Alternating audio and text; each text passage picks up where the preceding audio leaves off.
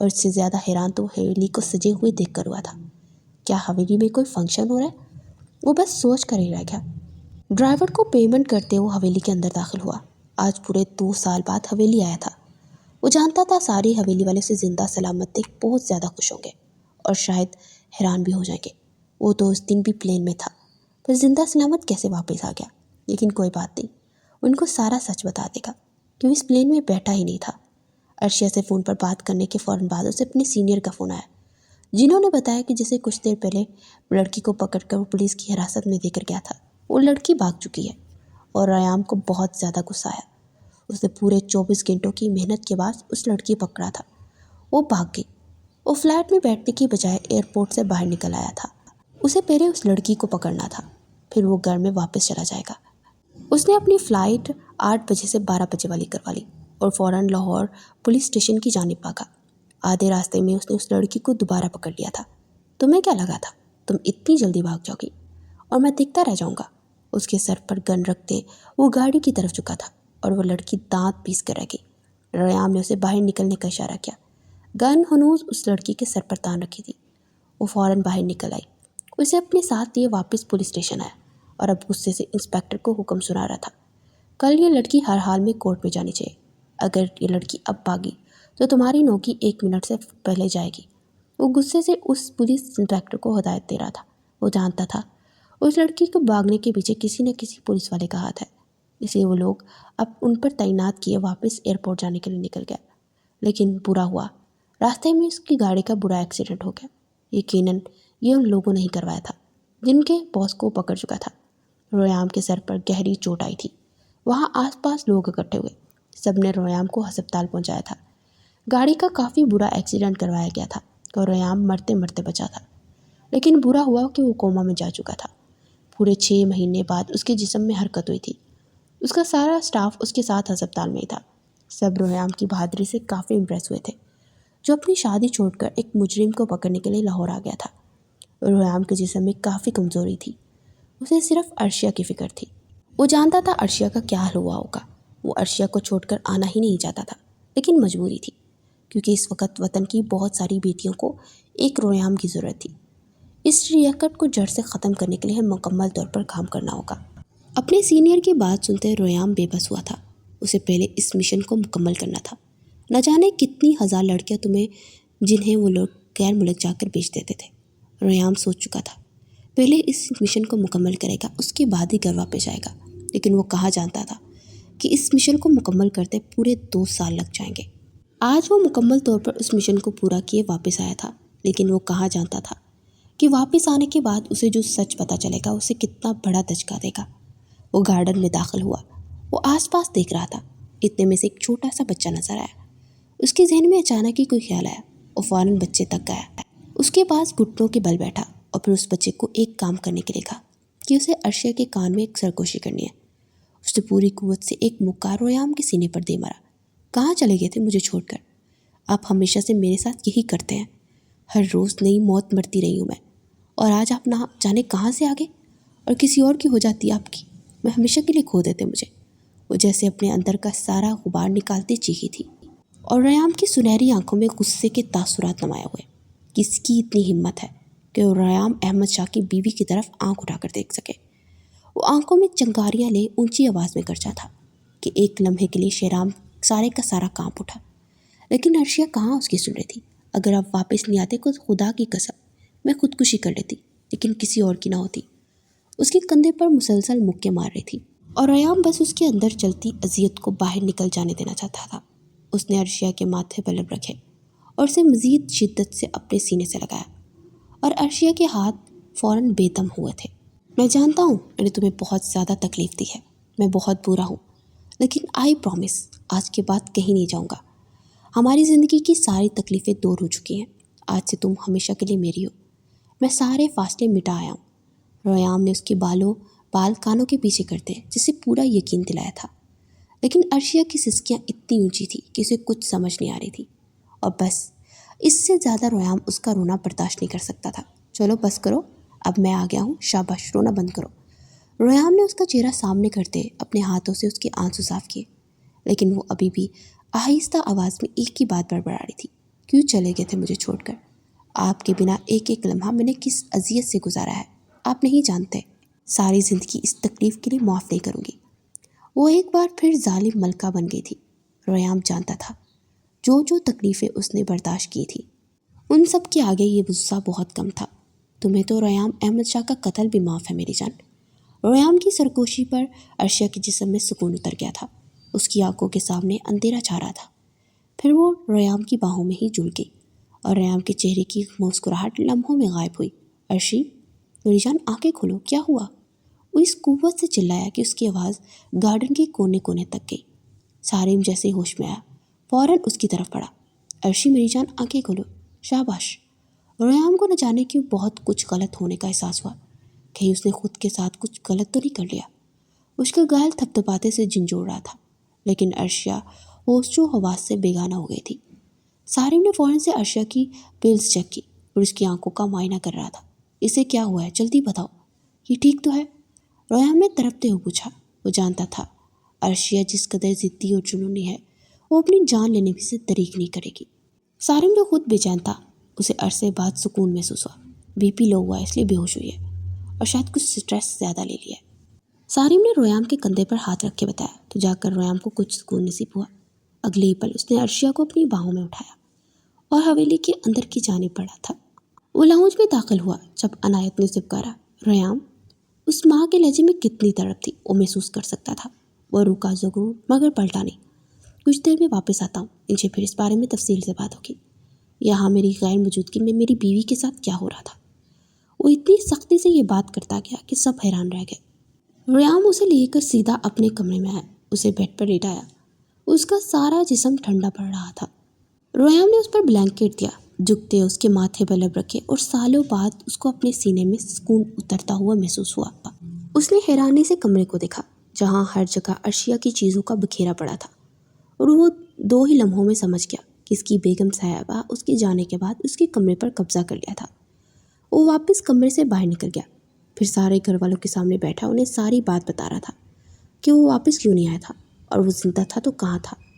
عنایت اس کے سینے سے لگ کر کتنی دیر روتی رہی اور وہ اپنی ماں سے معافی مانگتا رہا۔ اپنی وجہ سے اس نے سب کو تکلیف دی۔ اس نے شہرام کی طرف کہربار نظروں سے دیکھا۔ اسے اس بات پر تکلیف ہوئی تھی کہ سب نے عرشیہ کی دوسری شادی کرنے کے بارے میں سوچا کیوں۔ ایک بات یاد رکھنا، عرشیہ صرف ریام شاہ کی امانت تھی، اس کی ہے اور صرف اسی کی رہے گی، چاہے میں زندہ رہوں یا مر جاؤں۔ میری بیوی صرف میری ہے۔ سختی سے باور کروانا نہیں بولا تھا۔ حویلی میں اگلی صبح کا آغاز ہو چکا تھا۔ وہ گرم پانی سے شاور لینے کے بعد واش روم سے باہر نکلا، پھر شیشے کے سامنے آ کر کھڑا ہوا اور بالوں میں کنگھی کرنے لگا۔ اچانک ریام نے اپنے پیچھے آہٹ محسوس کرتے رخ موڑا تو بے یقینی سے اسے دیکھتی اس کی طرف آ رہی تھی۔ وہ دلکشی سے مسکرایا اور وہ تو اس کے دلکش چہرے میں کھو گئی۔ قدم تھم گئے۔ وہ جب واش روم میں گیا تھا تب وہ سو رہی تھی، یقیناً وہ اٹھ گئی تھی۔ وہ حیرانی سے ریام کو کمرے میں دیکھ رہی تھی، شاید اس بات پر یقین کرنا چاہ رہی تھی کہ وہ زندہ ہے۔ ریام آگے بڑھا اور اس تک پہنچ کر اسے اپنے سینے سے لگا گیا۔ وہ اب تک بے یقین تھی۔ اس کے سینے سے لگتے ہی سکون محسوس ہوا، وہی محفوظ احساس۔ عرشیہ نے اپنے سن ہوتے ہاتھ اس کے کندھے کو چھوا۔ ہاں، وہ اسے محسوس کر سکتی تھی۔ وہ یقین کرنا چاہ رہی تھی کہ اس کا شوہر واپس آ گیا ہے۔ آنکھوں سے آنسو گرتے گالوں پر پھسل رہے تھے۔ ریام نے اس کے بالوں پر رب رکھے۔ عرشیہ کو یقین ہو گیا کہ وہ سچ میں یہاں موجود ہے، یہ کوئی وہم یا کوئی خواب نہیں ہے۔ آہستہ آہستہ اس کی ہچکیاں اونچی ہونے لگیں۔ اس نے اپنا چہرہ موڑ کر ریام کے سینے میں چھپایا۔ دنیا میں اگر وہ سب سے زیادہ کہیں محفوظ محسوس کرتی تھی تو یہی باہیں تھیں۔ ریام کی آنکھوں سے بے آواز آنسو نکلتے اس کی بیئرڈ میں جذب ہو رہے تھے۔ ریام نے دونوں ہاتھوں سے اسے اپنے سینے میں چھپا لیا۔ اسے اپنی ساری تکلیفیں رو رو کر باہر نکال رہی تھی۔ میں نے آپ کو بہت یاد کیا۔ وہ بہت مشکل سے اپنی ہچکیاں قابو کرتی اتنا ہی بول سکی۔ ریام نے دوبارہ اس کے بالوں پر لب رکھے۔ میں نے بھی تمہیں بہت یاد کیا میری جان۔ ریام نے دھیرے سے سرگوشی کی۔ اگر آپ کو کچھ ہو جاتا تو میں مر جاتی۔ وہ اس وقت کملی ہوئی لگی تھی۔ ریام نے اسے مزید مضبوطی سے اپنے حصار میں لیا۔ شش، ایسی باتیں آئندہ مت کرنا۔ عرشیہ کو اچانک غصہ آیا تو اس نے غصے سے ایک مکہ ریام کے کندھے پر مارا۔ اگر اتنا عشق تھا مجھ سے تو پھر کیوں نہیں بتایا زندہ ہے، کہاں ہے؟ کم از کم مجھے بتا تو سکتے تھے۔ کیا پتا میری تکلیف کچھ کم ہو جاتی۔ وہ تڑپتی ہوئی پوچھ رہی تھی۔ ریام کی آنکھیں نم ہوئی۔ ہاں میں نے کوشش کی تھی لیکن بس نہیں ہو سکا۔ اگر تمہیں بتا دیتا کہ میں مشن پر جا رہا ہوں اور کیا پتہ زندہ سلامت واپس آؤں یا نہیں، تو کیا تم مجھے جانے دیتی؟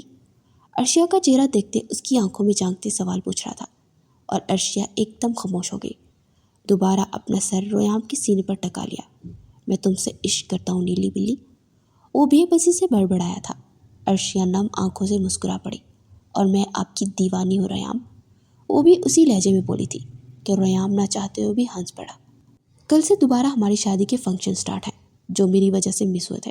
میں تمہاری ہر خواہش پوری کرنا چاہتا ہوں۔ سب کچھ ٹھیک ہو جائے گا اور فکر مت کرو، ساری حویلی والوں کو میں خود سیٹ کر لوں گا۔ ان لوگوں کی ہمت کیسے ہوئی تمہاری شادی کسی اور سے کروانے کی؟ اس کے بالوں میں انگلیاں چلاتے ہوئے پہلے محبت اور پھر غصے سے بولا تھا کہ عرشیہ ہنس پڑی تھی۔ وہ جانتا تھا کہ عرشیہ کبھی بھی اس کے علاوہ کسی اور سے شادی کر ہی نہیں سکتی، کیونکہ وہ تو اس کے لیے دیوانوں کی حد تک پاگل تھی۔ اور اس بار اپنا چہرہ اس کے سینے میں چھپا گئی۔ بالآخر اپنی ہر تکلیف کے بعد وہ ریام احمد شاہ کو پا چکی تھی۔ وہ زندہ تھا، اسے یقین تھا، اور اس دیوانے کا یقین جیت گیا۔ وہ جانتی تھی اب خوشیاں اس کے مقدر میں لکھ دی گئی ہیں۔ اس نے غم دیکھے، اب اسے انعام مل گیا تھا۔